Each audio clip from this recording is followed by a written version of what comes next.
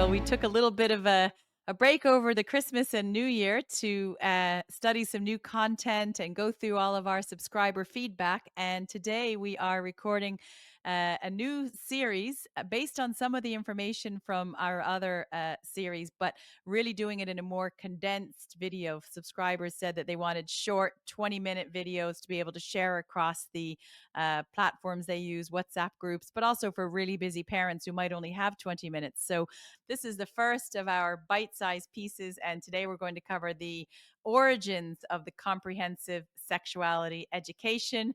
And Eugene has not shared this with me prior to today because he wanted to have me experience the shock factor as if I was watching it as well as I am for the first time. So I look forward to seeing this information, Eugene. I'm sure it will be an eye-opener and perhaps a red pill even for people like myself who have been on the journey for the last few years. As Jana said, we did an original series of videos which were much longer than this, and we kind of focused. We didn't spend a lot of time on the origins. We had it as part of one of our videos, but we didn't cover everything. And today we're going to cover the pieces we missed when we did the original video. Let's get into it. So the tagline here is controlling the world's population, and you can take two meanings out of that. One is controlling the number of people on planet Earth, and the other thing is actually controlling people. So there's a double meaning there, deliberate one. So we're going to kick off with one of the things we didn't cover the last time. We kind of alluded to it, but we didn't get into it. And that's the influence of billionaire philanthropy.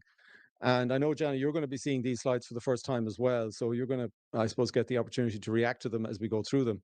So I'm going to kick off with a quote from David Rockefeller, because the Rockefeller Foundation are one of the key people in reference to this. And you can see his quote from his memoirs. This is from his book, page 405.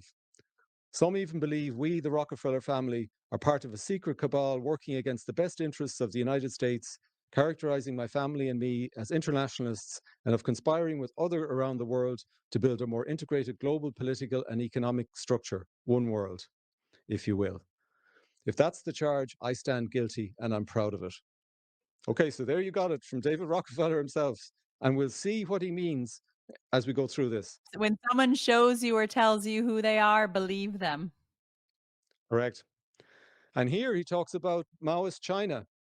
He had a visit to China and he's saying how great it was, and basically kind of saying that the whole cultural revolution in China was worthwhile. All the mass murders and all that took place, and the lack of freedom that people have, and all of that, the lack of free speech, the indoctrination of children, etc. He's obviously good with it, right? And this is from a New York Times article, link in the description, so you can check it out yourself. There's a full article in there and you can read it. These people call themselves philanthropists, but the Rockefellers here are alluding to this thing called impact investing. So this means that in your philanthropy, you invest in something from a kind of philanthropic perspective, but with the view to getting a profit out of it, a gain.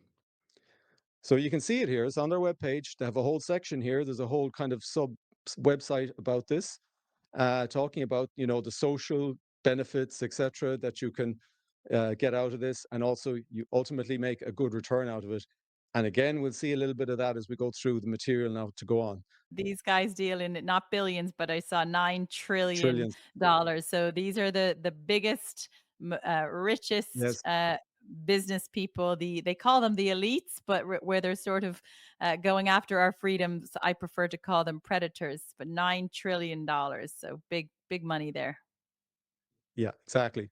And I'll give you an example from the case of the Rockefellers.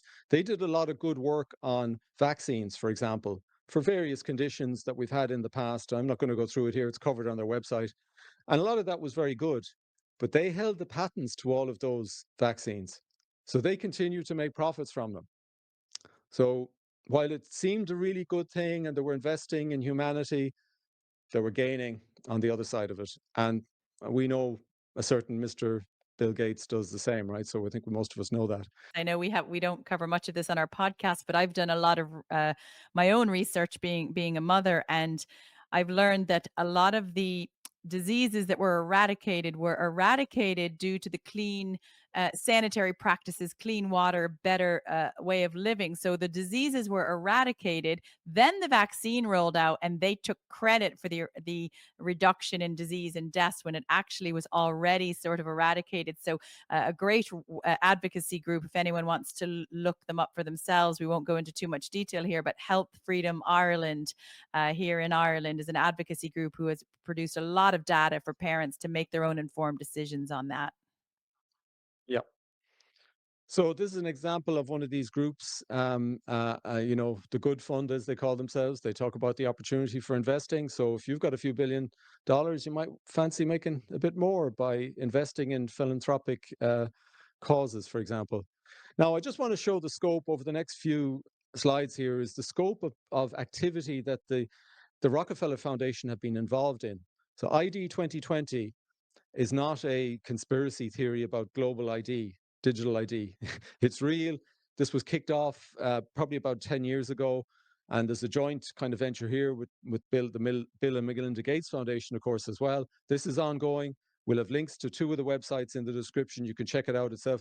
The United Nations are pushing this quite aggressively, and we're going to hear more about this. So the Rockefellers are in the middle of this, right? So that's one thing. Anthony Fauci, um, appears here in a Rockefeller Foundation video, mind you. And again, talking about HIV vaccines and a lot of work that they did with this and a lot of work that Mr. Fauci did. And again, this video isn't about Fauci and the HIV vaccines, but it's just to show you the scope of what the Rockefellers are involved in, right? Um, and here, the population control. So this is kind of getting us into what we're going to be talking about for most of the rest of the video. And the Rockefellers, I would describe as Malthusians. So they basically would have had a view that the population of the earth is growing too quickly and we need to take actions if we're not to all die of starvation or to destroy the earth. That's kind of the view they have. There's lots of people who have this view. It's a very strong view on the left. There's things called degrowth Marxism, degrowth communism that have the same kind of Malthusianism view. And it's then hence they look to invest in things that will reduce the population, either immediately or over time. And we'll get into some of those things as we go. And you'll start to see how this leads into sex education. For me personally, I would be a little bit hesitant, a little bit skeptical to Yep. think that these people, these Malthusians that think there's too many people on earth, are the ones investing in pharmaceuticals and vaccines. That makes me very skeptical and hesitant. Yeah, I think so. And that's just being practical. That's not being alarmist or something, right? So let's get through it. So the American Birth Control League, Margaret Sanger, who we'll talk about in a bit more detail a little bit later on. So the Rockefellers were big into funding this contraception, abortion, sterilization. Basically, this is what this was about, and eugenics as well. So we'll cover this in a bit more detail. This is their own website that shows all the payments. So again, there's no misinformation here. Most of the material I'm going to present in this presentation is actually from the sources. I'm going to be using the Rockefeller website and mainstream media websites and websites of the various agencies. So we're not making this up, people. So in case somebody says this is some sort of far-right conspiracy theory, look at the sources. So the Rockefellers, I think it was David Rockefeller, founded this group called the Population Council. So you wonder what this is all about, the Population Council. Well, you can guess from the name, right? And now they dress it up so that they don't use population control. They renamed it to family planning. And now they talk about equity and sustainability and climate, that's what so they've renamed these things under new marketing terms as we go. But basically the gist of these things is that humanity is the problem. We need to reduce the number of people on the planet and find every way possible to do that, either overtly or covertly. Okay, so let's go further. So look at some of the funders of the Population Council. Now, this has evolved. So it was started by the Rockefellers, but you can see over there, the Gates Foundation obviously are involved, the Ford Foundation. You're going to find them all over the place, right? These people, the names of those people. So no surprise they're here on the right-hand side. Um, so this is a document they produced. Curriculum guidelines for a unified approach to sexuality, gender, HIV, and human rights education. Oh, that's interesting. Did you ever know this document existed?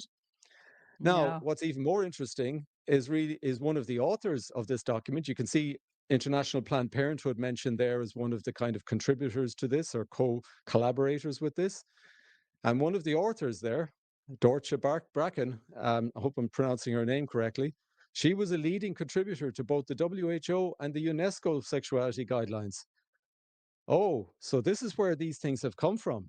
So now you can see we've gone down the rabbit hole and we've kind of found out where some of this stuff has originated. So So here she Eugene, is, Dorcha just Bracken. for anyone who's in shock, including myself, because you wanted me to have the first experience seeing this on the call for the shock factor, which I am shocked. If I can just pause for a second. So the Population Council, there's the Planned Parenthood, and they're linked to the WHO, who are linked into writing the school curriculum with the standards of sexuality education. Correct. Right. Okay. So the Yeah, that's the lineage. people who think there's too many people on the planet are the ones Yes. impacting the education, which is we see breaking down the family, not having children, not getting married. It's people who think there are too many people on the earth and don't want families and want our birth rates to plummet. Correct. And they'll dress it up in all sorts of other ways. So as we go through the presentation, you'll see them dressing it up. The children's sexual rights, they have the right to sex education, they have a right to sexual pleasure, all these things. They'll dress it up, right? But the underlying principle, the reason this thing started was population control. That's the reason for this. So don't forget that. Now, there's other reasons here as well. And this is in her own words now. Let's read from her article here. She talks about she supports a version of sexuality education in which young people are not merely taught about the mechanics of sex, but also about the personal, emotional, societal, and cultural forces which shape the way in which they choose to conduct their lives. So this is getting into social engineering, basically, right? That's what this is. So, and we see that in those. We saw it in the documents. We'll have follow-up edited highlight videos of both the WHO and the UNESCO standards, and we see this in the documents. So no surprise, because she was one of the lead authors. So here you go. It's good to know the people who are contributing to these things because it tells you a lot. So here she is. She got a Lifetime Achievement Award from the World Association of Sexual Health, the WAS. We'll talk about them a little bit later on because they were one of the groups that were referenced. Their sexual rights were referenced by the WHO in their document. So now, what other things have the Rockefellers been involved in? Now, we're going to be covering the Frankfurt School and the whole area of critical theory in the next video. But the Frankfurt School had to head to the USA because during Nazi Germany, the time Nazi Germany was taking over basically in the 30s. And who funded them in the US? But the Rockefeller Foundation. They basically funded hosting them in the US and using their leverage to obviously find places for them in Columbia University originally, and then also across on the West Coast. So they brought this group who brought their critical theory into American university, American academia, and we can see the consequences of that today. Education. They were heavily involved in funding the founding of the education system in the US under John Dewey. And I've got an article here, which is written by Alex Newman. Alex Newman is an author of this book, Indoctrinating Our Children to Death. It's worthwhile having a read of that book because you'll learn about John Dewey, you'll learn about what happened to US education and what's happening today. So this is an article that's actually from that book, and it talks about this. So the Rockefellers were funding this. There's another book I want to reference here, which also calls out the Rockefellers and their impact on education. It's this book by Charlotte Thompson Iserbyt. We have a link in description. There's a PDF version of this book, so you don't have to purchase it. You can just download it. She talks about the deliberate dumbing down of America, and it's a chronological kind of history of what happened. Now, there's a number of quotes from that I've taken here. This is from page 9. And look at the quote here. The people yield themselves with perfect docility to our molding hand. So this is the Rockefellers taking over education across America. And you can see that the second paragraph there that he talks about, we shall not try to make these people or any of their children into philosophers or men of learning or of science. So they're basically saying these people aren't going to go anywhere. We're not going to educate them to aspire to greatness from an academic perspective. You can see what's happening. This is dumbing down. Mhm. That's what's going on here. And the disrespect in this is horrendous. So And Um, people ask there's more, Eugene, why would they want to dumb down children? Well, if they dumb down children and bring in the critical theory, not critical thinking, those children, they will be the future of the world, and they will be easy to control, easy to manipulate, easy to push correct. any government narrative. They will just be social justice warriors. They won't be, as the previous slide said, the lawyers, the doctors, the teachers, the preachers, the authors, scholars, not at all. They don't want that. So this is not a conspiracy. This is a paper here, and we'll put the links in description. This is where it's coming from, and we can actually see now how it's trickled down into the classroom across the West, including Ireland. Yeah. And this is an interesting statement here. So I'm going to read it out. A resolution was passed by this normal school section of the National Education Association at its annual meeting here. This is 1914 now, right? We view with alarm the activity of the Carnegie and Rockefeller foundations, agencies not in any way responsible to the people, in their efforts to control the policies of our state educational institutions, to fashion after their conception, and to standardize our courses of study, and to surround the institutions with conditions which menace true academic freedom and defeat the primary purpose of democracy, as heretofore preserved inviolate in our common schools, normal schools, and universities. So you just see it there. That it's they're basically criticizing these people, these billionaire philanthropists meddling in the school system and looking to mold Hmm. the school system in the way that they want it to be. And that's exactly what UNESCO are doing as a proxy for these people now. That's exactly what's happening. The Irish government are fully bought into this. Anything United Nations and UNESCO say, they'll adopt it, and they're doing a full-on indoctrination right now in terms of global citizenship education, education for social justice, education for sustainable development.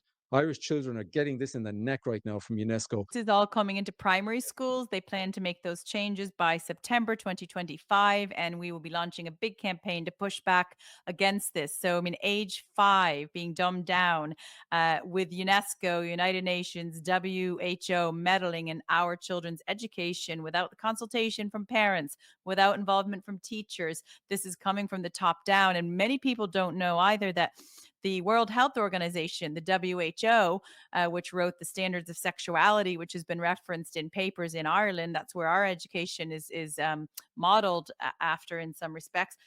They get 80% of their funding from private investors, majority from the likes of Bill Gates, who is a Malthusian, who is invested in the pharmaceutical industry, who is pushing the transgenderism. These are the people influencing the classroom in Ireland and across to the West.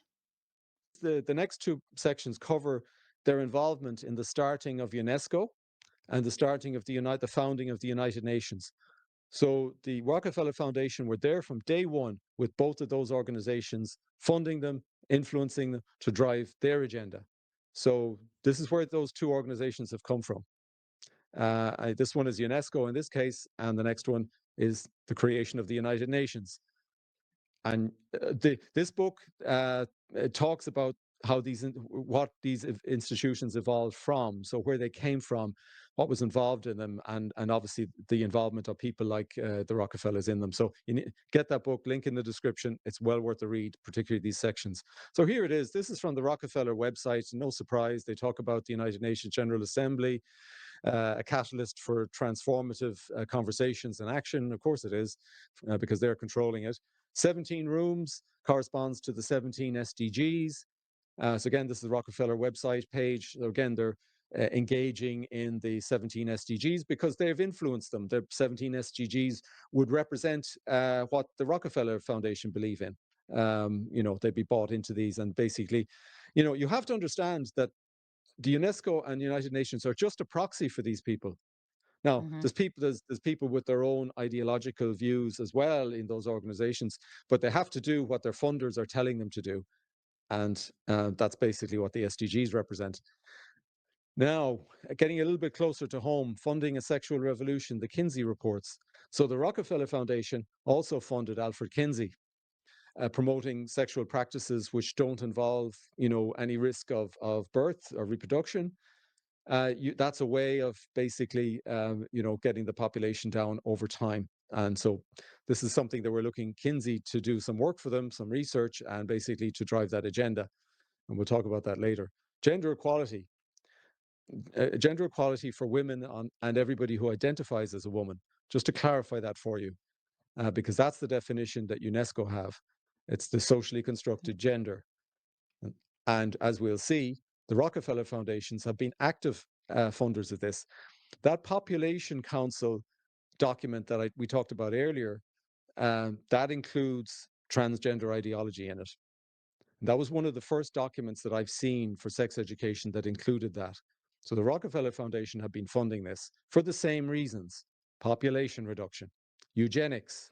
And the While next they're slide. reducing the population and while they're going after the children, they're getting richer and richer along the way. For example, the average amount of money when a child is pushed down the transgender path between all the puberty blockers, the hormones, the surgeries, and they are a lifelong pharmaceutical patient, it's in over $1 million. So this is, while they're reducing the population, it's a real cash cow for these people going after our children.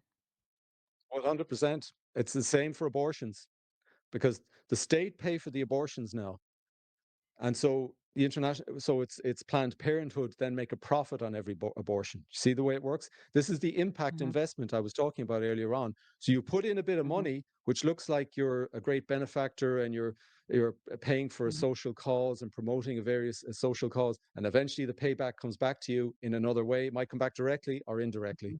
Another big, multi-billion, probably trillion business is organ harvesting, and that's why we've seen that they're pushing abortions, but they're also pushing it so it's later Yeah. term abortions, and we've seen those videos where they want to harvest the organs of that fetus very quickly because that is worth a lot of money. So population reduction, organ harvesting, uh, pharmaceuticals for pushing kids down a path to make them rich. I mean, it's the whole circle's connected, and while they harm our children and they reduce population, they continue to get richer and more in control to continue Yeah. to do it.